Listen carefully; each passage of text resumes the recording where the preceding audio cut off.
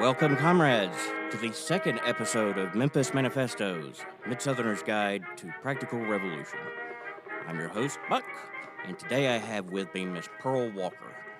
And Miss Pearl is running for City Council, District 8, Superdistrict 8, correct?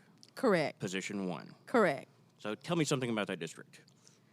Okay, Superdistrict 8, Position 1. Let me start here. Where the district is located, that's the number one question that I receive on the campaign trail. So Superdistrict 8 is the west half of the city. Of course, it's not a straight line from north to south, but it's the west half of the city. And then in the southern portion, it goes over east a little bit and takes in Hickory Hill. So that's Hickory Hill, Whitehaven, Westwood. Moving north, Orange Mound, South Memphis, Midtown, Downtown, part of North Memphis, and Frazier. Basically the heart of Memphis. The heart of Memphis. Yeah, a lot of fair. Memphis's icons are in Superdistrict 8. Downtown Gotcha. is in Superdistrict 8. Graceland is in Superdistrict 8. The riverfront is in Superdistrict 8. And so a lot of other really cool things are in Superdistrict 8. Okay. Well, maybe you can shed some light for people who are not familiar with this process. Because my theory is that we all had Schoolhouse Rock about the federal government, but we didn't learn how city governments work. Okay. And Memphis has some unique situations going on with decrees and a lot of the violence we've seen in the past, or unrest, racial tensions, and that's where that comes from, correct? To a degree. So if I may, let me start with breaking down the district. So we have a 13-member council, and we have 7 single-member districts, 1 through 7.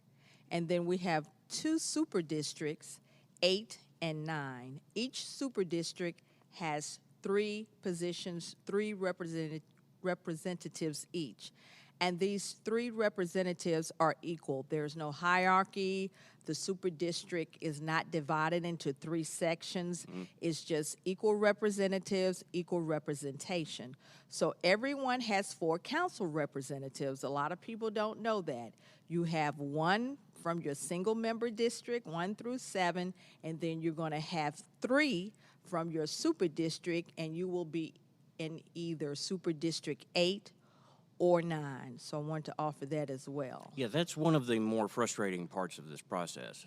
I was sitting at a table with 10 political activists from around town, and we were trying to figure out who our councilmen were.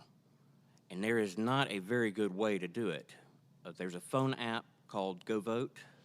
There's Go Vote. That will give you your districts and stuff. That'll give you the districts. And you just gave me an idea. What is needed is a map of the districts with the name of the representative in each district. Because I have district maps, and you can go to the City of Memphis website, go into Memphis City Council, and you can see the representatives with their position number, their district number, right under their name. But you just gave me an idea, a map with well, the map that's the up there is representatives. unreadable, completely unreadable.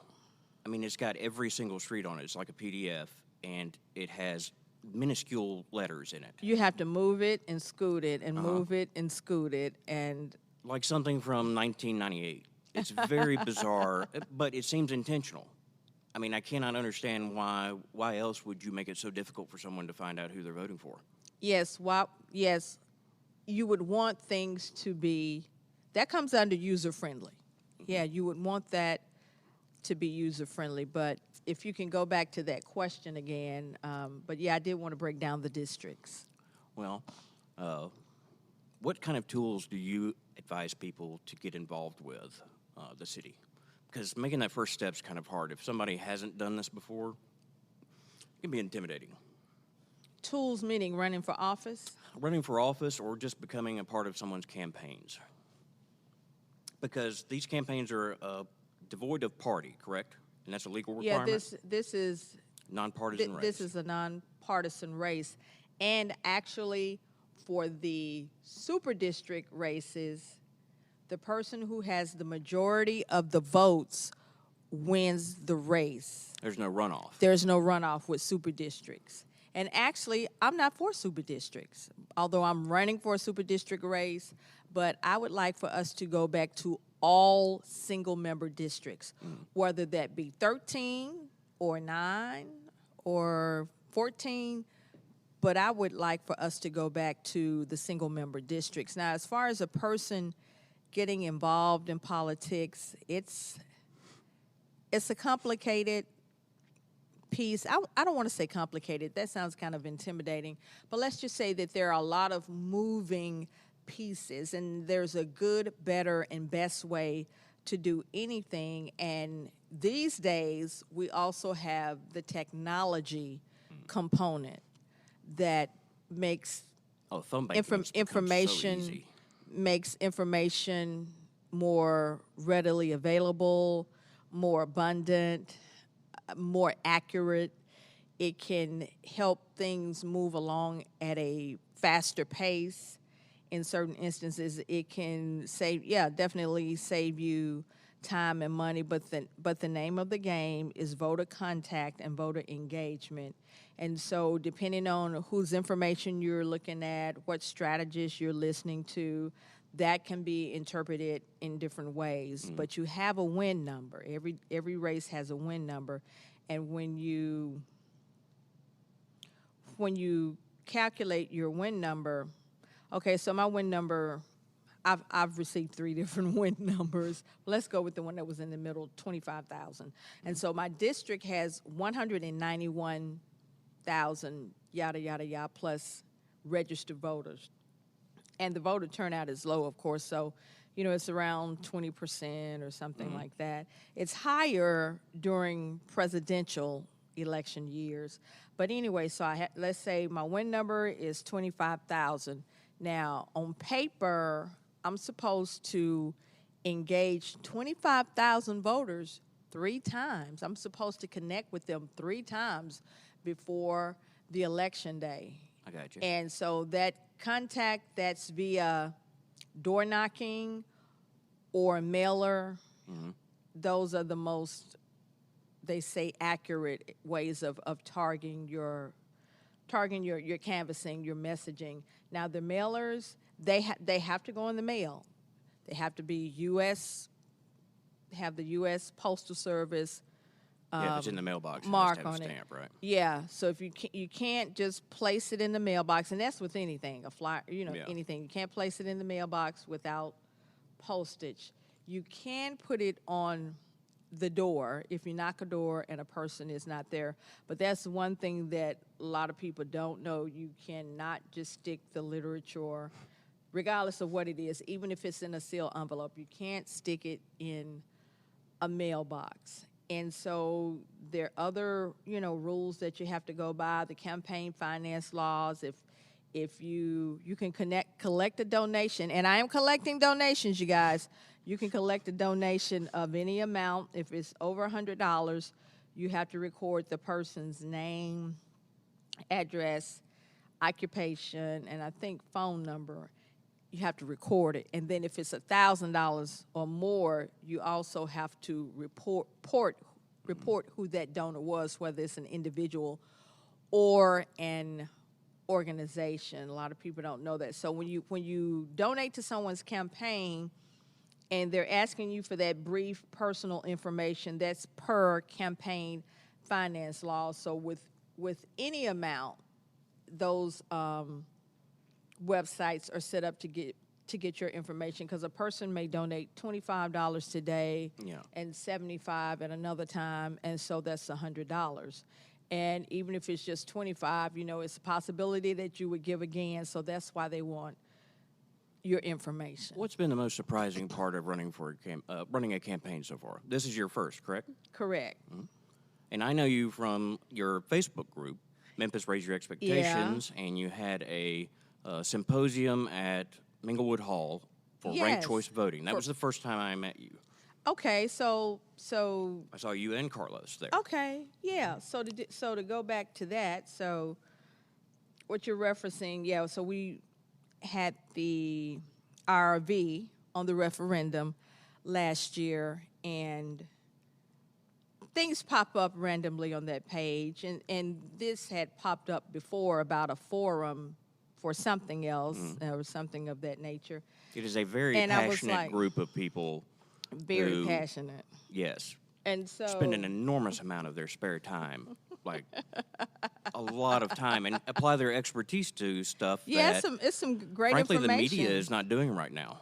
Yeah. And I know several media outlets that follow Memphis Raise Your Expectations and pick up stories from it. And they do. And there's one reporter in particular, she reaches out to me weekly about things on the page, and if it's something that's newsworthy, she'll reach out to me to see if I know anything about it, if I've heard anything about it, if she's wanting to interview someone pertaining to that story, if I know anyone. So most definitely elected officials are there, the media is there, everyone is there.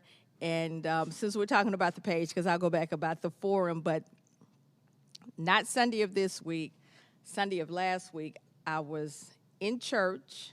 I was visiting a church, and the lady came, the usher, she came by with the collection plate. So she approaches me because I'm sitting at the end of the aisle. That's very important to the story. I'm sitting at the end of the aisle, and she's coming up the aisle and from behind, and I see the plate, and this plate is coming over, and I look up and I smile, and she goes, "Memphis, raise your expectations," right? I'm like, oh my goodness, and we're in the middle of church. Yeah, it becomes obsessive. All of a sudden, you start reading these articles, and first of all, I thought everyone on there was crazy. That's initially what I thought. And then I kept reading, and I was like, oh, they're not crazy. They're just very passionate. And there are people who are doing forensic accounting, like on a federal Bureau of Investigations level. What was it y'all broke about the Edge District?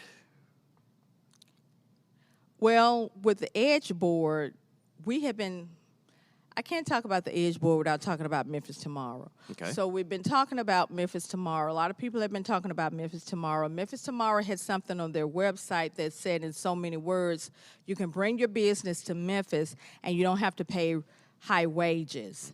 And so it was some fallout, spin out about that. Because we're the second poorest metro area, and even the University of Memphis cited a study that said the main problem with wages here, because our poverty rate, the U.S. poverty rate is 13.4 in 2017. In Memphis, it was 24.6. Yeah. It's insane. That's So- that is almost double the U.S. poverty rate. And We don't need any more low-wage jobs, but no, we don't. So, and I'm going to answer your question about Edge. So Memphis Tomorrow. Memphis Tomorrow had that on their website, and it was some pushback about it. They shut their site down for about 6 months last year. And, there's some rascals on that page, and they were pretty vocal about it. But anyway, so Memphis Tomorrow, they created the Edge Board, and that's the Economic Development Growth Engine. And they're pretty much, between Memphis Tomorrow and the Edge Board, it's kind of like Caesar and Caesar's disciples, But because it hands out pilot programs, basically, they right? they issue pilots. For those of you who don't know, a pilot program is when the city offers an incentive. An incentive, payment in lieu of taxes. And there isn't anything wrong with pilots. The issue is the accountability piece and what we're receiving in lieu of the pilots. Sure, we want industry to come here, but why do we have to pay everyone to come here? I think it's something that corporations, that they're just doing all over the country, but some cities don't do this to the degree that Yes. Memphis does, just giving everything away for people to come. And then Memphis also issues retention pilots. Valero Refinery over here, they get a retention pilot. Why do we have to pay them to stay? Yes. As long as FedEx is here, they're not going anywhere. And that's all money we're not getting in property taxes that could go to schools, that could Absolutely. go to roads, that could go to Absolutely. fix potholes, and do a million other things. And about the potholes, that's just about manpower because we're producing asphalt. it was cheaper for the city to produce its own asphalt, and so we are producing our own asphalt. So the potholes, we make the material ourselves, so we just need the holes filled. Yeah. Well, let's go back to the idea of the poverty rate, because the issues around it, if you go out to the suburbs, it's difficult to talk about because everyone gets very defensive about why they left the city and the way they talk about the city. But pilot programs, first of all, rob you of tomorrow's revenue today. And then on top of that, you had an enormous amount of people move out of the city, 20 years ago? And I have a new pilot. I have a new acronym, and that's payment in lieu of talent. Let's give people some incentives based on their talent, whether it's, creative or ingenuity, or you have a great business ideal or something that you're just trying to bring into fruition. Give those people a pilot. Payment in lieu of talent. Yeah, we never get the tax breaks. It's always a corporation, but no, small business owner in Memphis, no councilman comes up and goes, hey, guess what? You don't have to pay taxes this year. And we need some baby pilots or some incentive programs for small businesses. Now, the government defines a small business as a business that has 500 employees or less. But really and truly, small businesses, the mom and pops, 2 and 3 employees or 10 to 12, that's not only Memphis, but all of America. They're really and truly just a handful of people running a business, whether it's a tech company or a bakery. But some of our city councilmen work for the companies that they give pilot programs to. Absolutely. And so... And they don't hide it or anything, but they don't Where come forward. Where I'm from, that's called a conflict of interest. You would think. Yeah, so... For those of you who don't know, Berlin Boyd, who's a city councilman, was the person who got caught. A reporter asked him whether or not he was an employee at FedEx, and he volunteered it then. And but did not disclose it on the that form. came out on the page. I don't know if the media had it prior to, but that came out on the page. He had basically brokered with FedEx, his employer, to get the old Gibson factory that's going to be empty, and get pilot programs to make it affordable for them to move in there. And the owner, and so it was Billy Orgel and another investor who brokered that deal, and Boyd works for Orgel. So that was, to many people, a conflict of interest, and he was supposed to have disclosed that, and something about he forgot or he didn't, something about the paperwork or something, but he was supposed to have disclosed that. And about the poverty, let me say this about the poverty, if I don't say anything else. So the 6 poorest zip codes in Tennessee, 3 of the 6 poorest zip codes in Tennessee are in Shelby County. And those 3 zip codes are in Memphis, and they are in Superdistrict 8. So whether that's touching you directly or indirectly, we all should be talking about the poverty. Now, when I talk about poverty on the campaign trail, often people say, well, you should be talking about something else. I'm talking about everything, including the poverty. But if I'm talking about the Poplar Corridor or the Crosstown Concourse or the new Union Road project, then no one ever says don't talk about the Poplar Corridor or Graceland or something like that. Redevelopment deals. Yeah, so, but anyway, so those 3 zip codes, the poorest one is 38126, and it's not too far from here, just south of here, 38126. There was a study done on life expectancy in Shelby County based on zip code.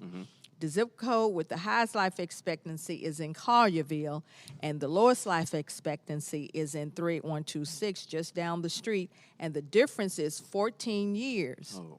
Well, 14 months, you could kind of, suck it up, but 14 years, 14 who wants 14 years off of their life or the life of a loved one? Yeah.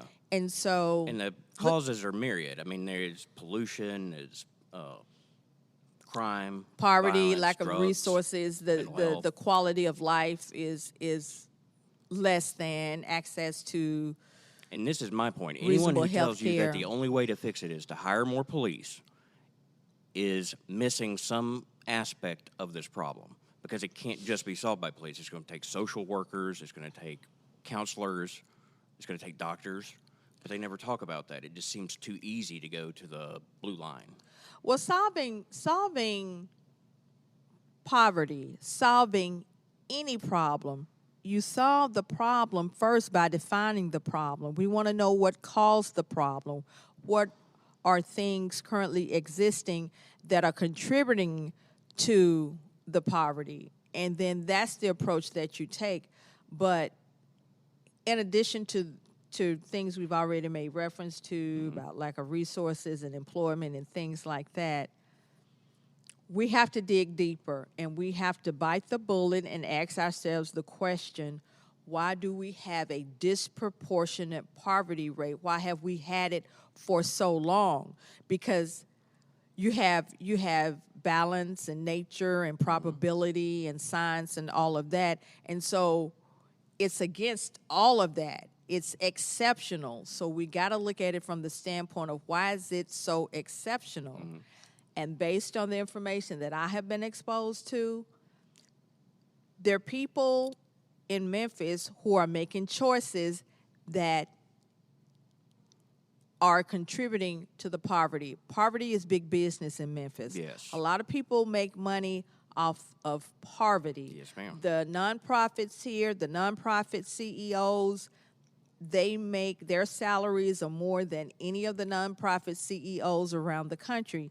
And then if I pay you to fix something, when you fix it, it's over. Yes. Unless it breaks again. And so you may do just enough to, let's say if it was my car, you do enough to keep it running, but then periodically I still need to come back to get some tweaked a little bit. But there are these nonprofits, these agencies, and they're not really getting to the core of what's going on. What they're doing is... Sorry, we've had a baby wander in. You're good. We can cut this part out. What they're doing is they're making choices that contribute to the poverty. Now, I've discussed it from that aspect. So how do we fix it? We have to look at it from a triage method. And going back to literacy, adult literacy, illiteracy is a problem here. And I think that a lot of individuals who are part of this poverty demographic, I would like for them to be assessed based on their reading and comprehension skills. And that can also be used as a deterrent for alternative sentencing. Let's say it's a minor offense, and you say, well, if you take this reading and comprehension test and the results are such and such, we'll take 18 months off your sentence if you go through this program. And once you finish this program, we have this for you, and you can get this job and go through this training, something like that. But we need to be about the business of repurposing people, the whole person. Yeah. And then also there's a lot of trauma in Memphis. People have suffered from a lot of trauma. We're not addressing it. So I don't want this interview to be really negative and heavy, but if you want to talk about what's going on in Memphis and we want to get to a better Memphis, we have to deal with these ills simultaneously while we're making choices that represent growth and progress and things of that nature. And none of that can happen until we replace the city council, which is why I have you on today. Thank you. So please vote for me. If you're not in my district, you can ask someone to vote for me. You can go to my page, my website. That's Pearl Walker, Pearl Eva Walker for council, and both of those on Facebook. The website is votepearlwalker.com. Okay.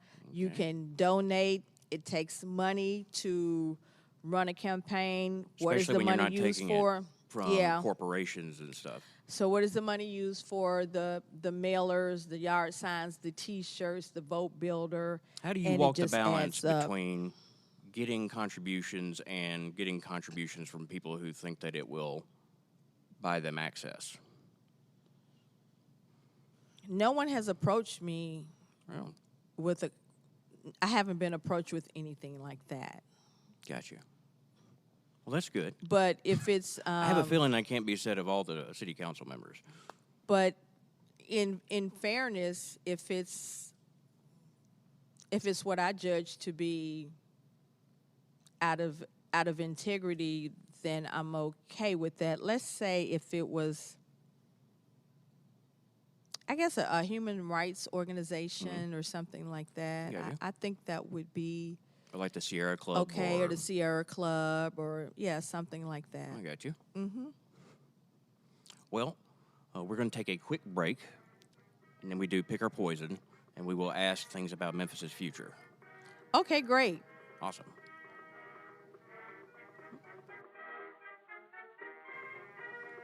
All right, and we're back. First of all, I wanted to thank the place we are broadcasting this from, or recording this at, Brinson's downtown. If you have not been here, it is an amazing place. This family has owned, what do you call them, dancing establishments, I guess? What was the one on Beale Street? It's a rental facility. It's a venue. It's one of downtown's largest, if not the largest, privately owned venue. But all sorts of things take place here, from hip-hop shows, spoken word, concerts, bridal showers, The best reggae concert I've ever been to. wedding receptions, repasts after funerals. And yes, they do have good reggae down here on an ongoing basis. They have this mechanical bull that ladies can come and ride on Friday nights. You think I hang out down here, don't you? But I'm not it's saying anything. a I've great hung out here. establishment. You never hear anything in the news about some stupid stuff. No, I've always going felt on. safe and welcomed here all Yeah. the time. So the Brinson brothers, they're doing a fine job. Y'all along don't know with their this, but she mom, grew up Miss across Betty. the street. Yeah, Miss Pearl grew up across the street from him, Yes, so she's I known him did. just a little while. Just a little while. You should have seen him Yes. smile when I told him you were coming. Well, before we were talking about a lot of the negatives, and I feel like you're right. It is a lot of the negatives, but I feel like we have to talk about them. But in this part, I want to talk about the positives, which is your vision for Memphis. How do you see this, or if elected, what would you do to steer it towards that? When elected, my slogan for the campaign is Let's Balance Memphis. I'm a yoga instructor, and personally, I've been exposed to a lot of great things in Memphis, but that has not been the experience for the average Memphian. And I just see the imbalance. It's not that I see life through a negative lens, but I'm definitely not looking at Memphis through rose-colored glasses. I see what I see, and what I would like to do is bring more balance to Memphis. The city just passed a budget for 2020, and there's nothing in there about restoring New Chicago, Smoky City, that part of North Memphis that has just really deteriorated. And I don't know how we go about just writing off certain neighborhoods as if it's okay for that neighborhood to be like that, because they're still citizens, they're human beings first, and they're citizens, they're Memphians, they're taxpayers, they're homeowners. So when industry leaves an area, there's no excuse for that area to be on the decline continuously. So we have to use triage, and triage is dealing with the most needed, what's most needed to be addressed first. So using the standpoint of triage, I want to go in and address these underserved areas of Memphis as well as underserved Memphians. But simultaneously, I'm for downtown redevelopment. I'm for the big development projects. I'm for all of that. I am glad that Graceland received the TDZ zone funding. What was that? They got money for? They want to expand their operations. They also want to build a venue, but we have this Bizarre. this awful Who signed it? Fed Who allowed it to happen? non-compete clause. This was under the Harrington administration, and the clause is not going to expire until the bonds that were put up for the deal expire. And if you remind me at another time, because I'm wanting to find the date out when the bonds are going to expire. So there's this non-compete clause with the forum, but it also includes other things such as you can't build a venue in Memphis that seats over 5,000 people. Who signs an agreement like that? Who makes something like that law? So Graceland... And like every show in town has to appear before them, and they have to turn it down. Yes. Before it can go somewhere else. So Graceland, they want to do a venue a little over 6,000 seats. Plus, it'll be a venue for graduations and just a lot of things that we need here as a community. So I'm getting away from your question, but yes, I'm for the progress in corporations and development and all of that. And then the Coliseum is sitting over there. I had the opportunity to tour the Coliseum not so long ago, and there were just so many memories. And then it kind of made me feel old in so many ways because I had so many memories. But I've seen some cool ideas about it. The Coliseum is a sound structure. It's a sound structure, sound piece of real estate, and to tear it down and excavate it, it's a multi-million-dollar project. So once it was found out how much it was going to cost to tear it down and haul it off, now it's just sitting there. It really should be open. The only issue was dealing with the handicap access. That has been figured out. And so it's no issue. There's no reason why it should not be open. I think the Coliseum seats 13. Well, it can't be turned into condos, that's why. This is Memphis. If it could have been turned into condos, they would be crawling over each other to get it to it. And I believe had it been torn down and hauled off, that's possibly what would be there now. And we've already financed the biggest Bass Pro Shop on the planet. That museum used to have the most amazing exhibits. I saw the Qin Dynasty warriors, the Terracotta warriors. I saw mummies there. The series, what was it? Something Great series. Wall or something like that. The Pharaohs of Egypt. I saw mummies in that place, and now there are catfish feedings twice a day. That's depressing. But we financed it.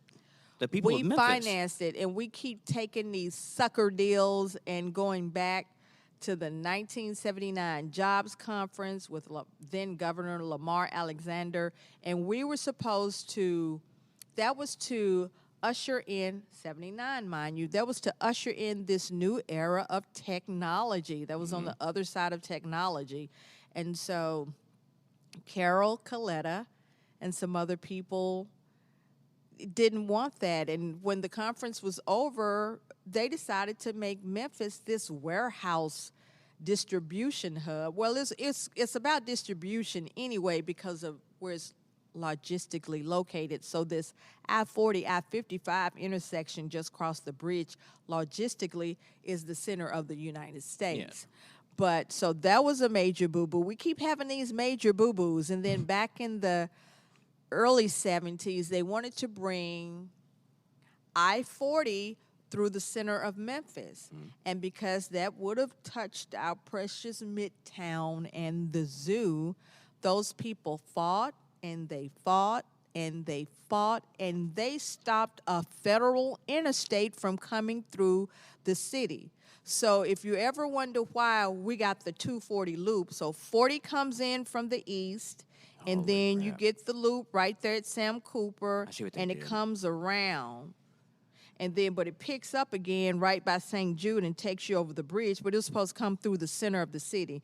They rerouted it. They rerouted it. Can you imagine what that would have making noise. No, it's fine. It's worth making noise if about. I-40 would have been allowed to come through the center of Memphis with cold. the exits and things surrounding that piece. So there is a pattern where the leadership or whomever, they make decisions that stifle the city's growth. So there was the I-40, the jobs conference, the pyramid, that was a debacle. But there was another plan for the pyramid in conjunction with the concerts.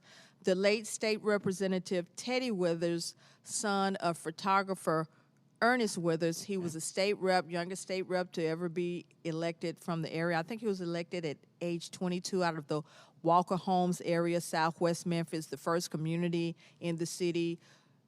New homes built for African Americans in the 50s. Now, Memphis used to have the largest African-American middle class on the planet. And we still do. It's in Whitehaven. It's the largest in the city. In Shelby Drive. It's the largest in the city, in Shelby County, in Tennessee, and in the Mid-South. It's the largest African-American voting bloc, highest average per capita household income, yada, yada, yada. So if you come to Whitehaven, and I'll be glad to take you on the tour, the deadline for filing is tomorrow. Give it a couple of weeks. Mm-hmm. Everybody has their signs in Whitehaven. If their district if Whitehaven is in their district, mm-hmm. they will have a presence in Whitehaven. They all show up for the votes. They all show up for the votes because Whitehaven votes. Whitehaven elects people. If you can carry Whitehaven, mm-hmm. people win elections. But we've got to stop making these major decisions that stifle the city. Well, and people who basically ransack the Treasury here. I mean, pilot programs are taking away from actual services now. That's money taken away from us in the future now so that they can, essentially in any other industry, it would be called bribery. Yes. And so in football, yeah. it would be called mm-hmm. bribery mm-hmm. and actionable by the federal government. But they do it constantly. And the degree to which they do it was very surprising to me. But that doesn't mean it can't get better. So blatant, yeah. And it's about empowering the citizens as well so they can speak up, so they can take action, so they can reach out to their elected officials. Only a portion of the citizens do that, and then they sit back and they say things about the elected officials, and I'm not disagreeing with those assessments necessarily, but you have to be active. You have to reach out to them and let your voices be heard. They work for you. When I'm elected, I'm working for you. Their email addresses are online. The phone number to the office is online. You can still do the old-fashioned snail mail. They do not read your Facebook posts. Facebook posts do not count as political involvement. If you're just arguing on Facebook, I think it's a distraction. I think that's kind of planned to be that way. I would say show up to meetings, even if you've never show up to meetings. Now, the council meets at 3:30 on the first and third Tuesday afternoons, and a lot of people are still at work. But I tell you, it's worth it to take off early one day and go to a council meeting so you can see it. This see is how your it's money being being ran. spent. Yes, go to a council meeting, go to a county commission meeting. They're public meetings, and you can speak. You just fill out the little comment card, and you have 2 minutes to have your say. So what do you think is going to be this almost engineered, I'm going to say blatantly engineered poverty and in Memphis? It sustains a cash loans, check loan industry, cash bail industry. Oh, yes. It's got a myriad of... The title loans, the paycheck yes. loans. These people all donate money. And then they're in certain neighborhoods which are predatory. You know, it's predatory lending, and they're only in certain neighborhoods. They're not in all neighborhoods, going back to the balance. Why are they only in certain neighborhoods? Because that's regulated. Mm-hmm. The fact that they exist is regulated, and where they choose to be. But I want to say that that's on a state level, but that doesn't matter. I'm trying to be a city representative, but part of what we do on occasions is relate to with build coalitions with the officials out of the area on the state level and on the federal level. Feels like it's a lot of people running for themselves and are serving for themselves, but not a collective. I was frustrated whenever I say something about the mayor, one of my friends comes back with, he's a nice guy. I'm like, yeah, he's a great guy. I've met him once, but I'm not impressed with, if I were him, instead of complaining about the city council, I would have run candidates against members of the city council. But they all have the same political counselor. They all go to, correct, all of them? Use that, what is Ryan the lobbying? Stevens, Kazaza, Public Strategies. This is a I don't name know you need about to all commit of- to memory. I don't know about all of them, but I'll say maybe all but 4 of the current bunch, 3 or 4 of the current bunch. And so the new people that I know he's representing Jerry Curry. She's District 6 since January by appointment, and now she's running for 8-1. She's actually in the race with me. And someone told me at a council meeting that she didn't have to campaign. They don't feel like they have to campaign because they've already engineered it. So this is the big question. With that engineered poverty that they are able to keep office on, because poor people can't vote as regularly as wealthier or well-to-do middle-class people can. A myriad of factors. If you're listening and you're not poor, just ask the nearest poor person. They will tell you. It's very difficult. So how do you plan to get around that? How do you plan to make a push? Because the only way we're going to fix this is if we show up. And in October 3rd is a weird date to begin with, right? Yes. And see, it's because this is considered an off year, especially last year with the state races, but the turnout is larger when we're voting for president. And so as far as addressing the poverty, going back to my earlier point, and also I am a People's Convention candidate, so Up the Vote 901, they had a People's Convention about 6 weeks ago, and I was selected as the People's candidate for my race, so that's a good thing, that's an exciting thing, and we have an agenda that we're asking to support, and so tying that into what you're saying about the poverty, and like I said earlier, we have to identify what's causing the poverty, and there are things in place that perpetuate the poverty.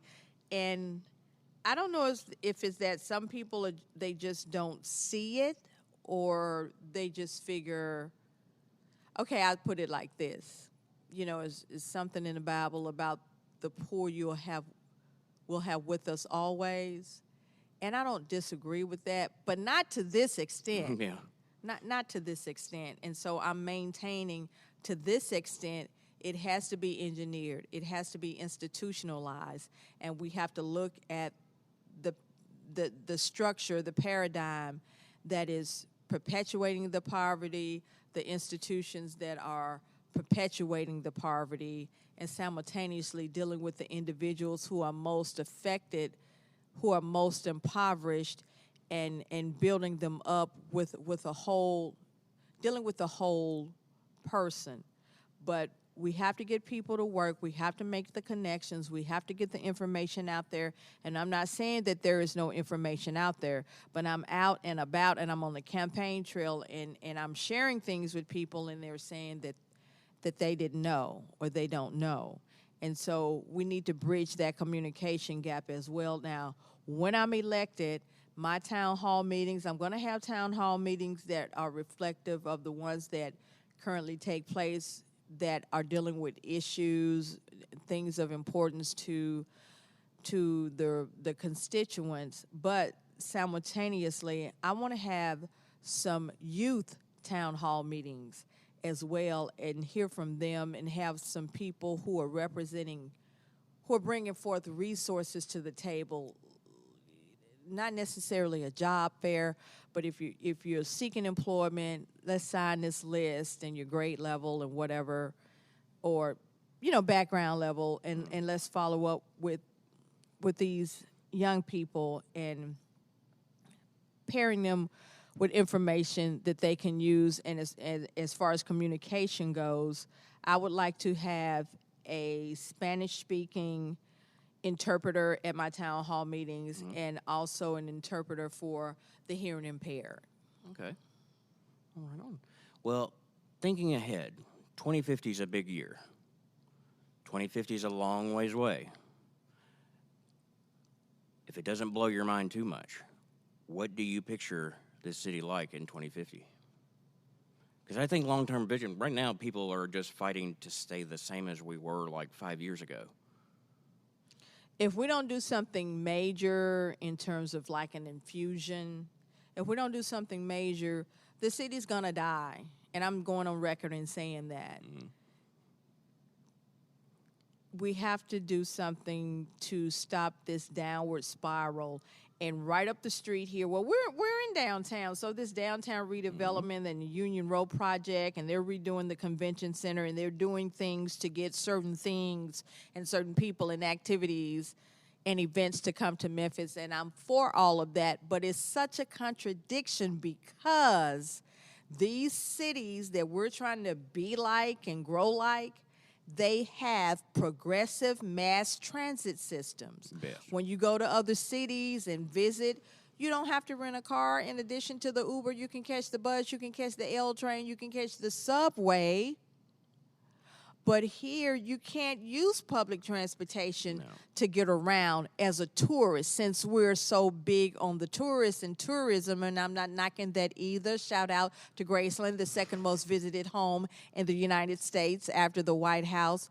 But it's in Whitehaven, correct? And it's in Whitehaven. But you're not fooling me. You're not fooling me talking about downtown redevelopment, but you're not trying to give MATA a major infusion. In fact, they tried to cut the routes.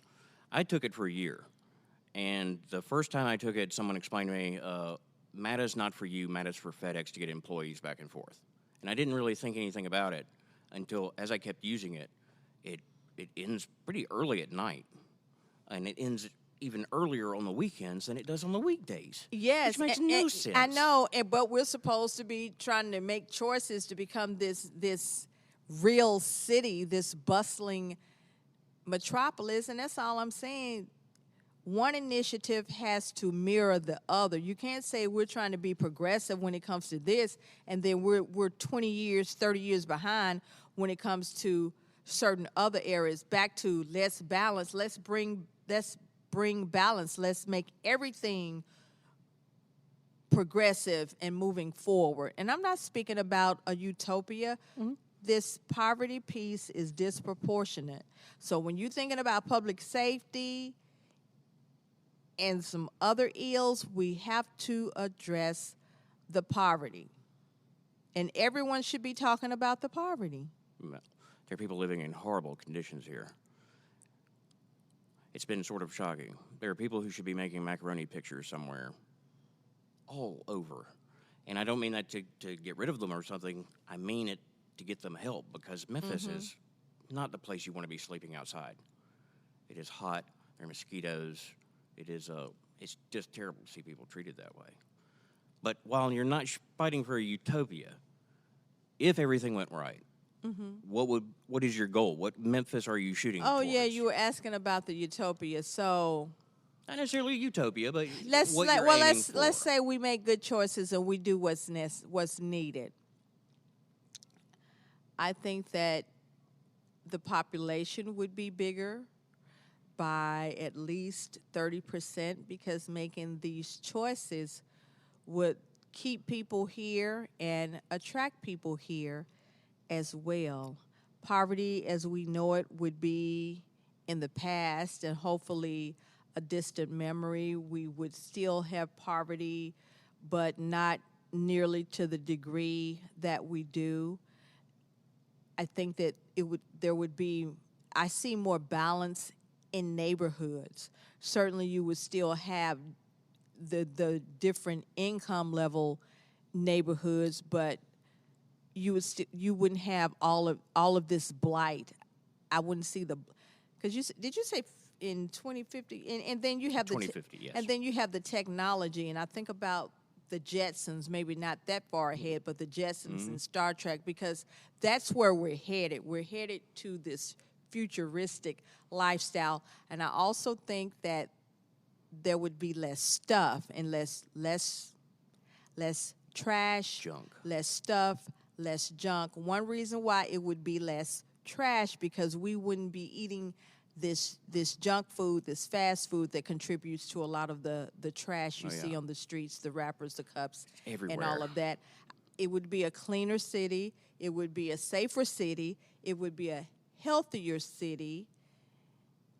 And I also think that the diversity piece, the different racial and so-called racial and ethnic groups would increase because of the location and the location of Memphis, the climate.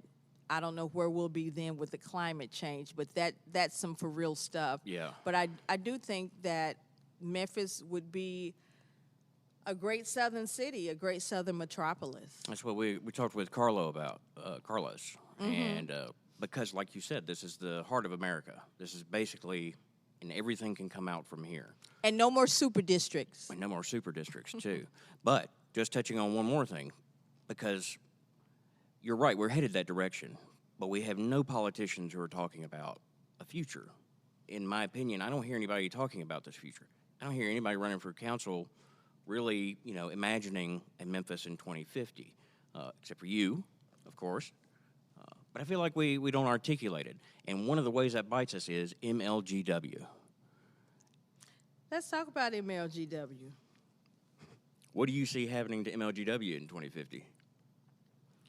If it's about making these choices, these correct choices, oh, wow. Solar panels everywhere. Renewables. No more TVA. We will have broken away from TVA, and we can do that tomorrow. It just requires a 5-year notice. Yes, I just so looked one at of my areas of advocacy is energy justice, and definitely the study they did, I looked it up.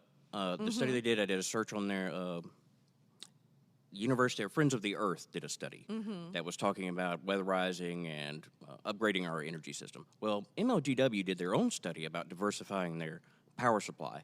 I did a search on it, and renewable comes up one time, and it's not for a renewable like solar panel or wind energy. All their options are nuclear. That's it. They're not thinking about anything else. But the parking meters down here run on solar power. Wow, I didn't know that. Thank you for that piece. And see, and I'm glad you brought up the power, because I'm saying that I'm an energy justice advocate, and I didn't even think about that in my projection, so thank you. But definitely more fuel efficient usage options for power, as well as the usage, and then also as it relates to our vehicles and emissions and things like that. It would be a predominantly electric car society.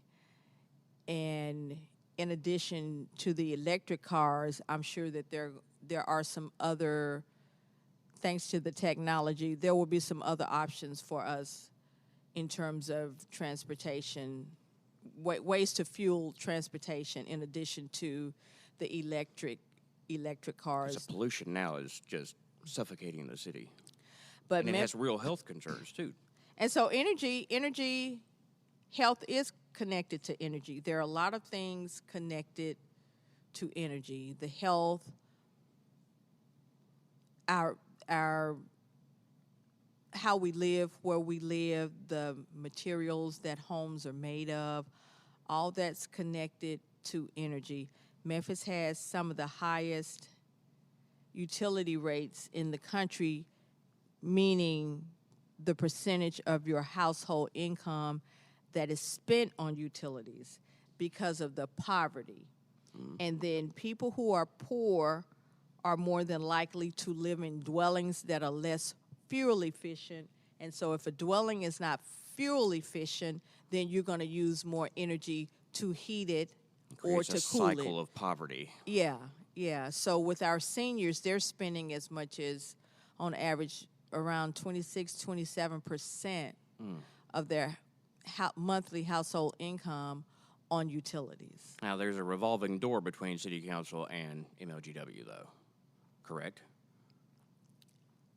Yes, and actually, well, the sidebar here, so the City Council, behind the scenes, there are different committees that they serve on. Everybody's not on all the committees, but one of the committees I would like to work on is the MLGW committee, and I've had the opportunity to speak before the TVA board. I traveled with some people last year. We went to one of their board meetings in Muscle Shoals, Alabama. They meet quarterly, and they meet a different place every 3 months. And the board members, guess how much they make per meeting? How much?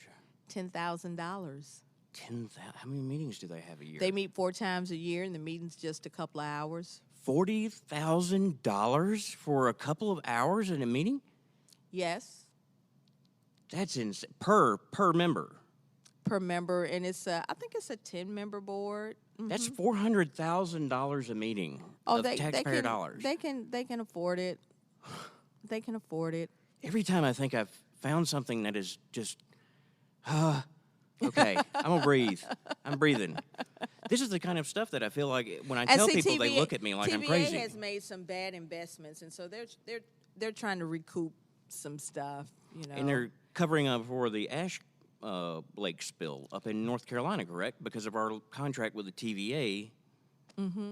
It's very strange. If you're very upset about, well, you're going to be upset because there's a $200 increase hitting right after the election, if I'm right, that they just voted on, or did they vote it down at the very end? On the third reading.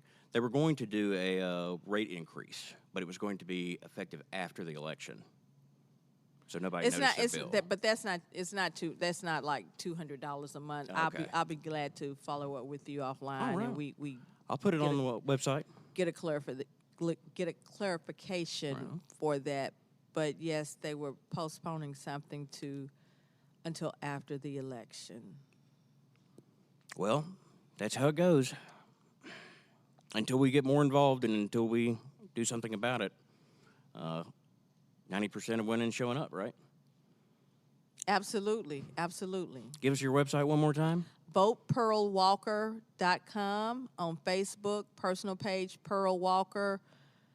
Campaign page, Pearl Eva Walker, and that's how it's going to be on the ballot, Pearl Eva Walker. And if you want to donate, you can go to anedot.com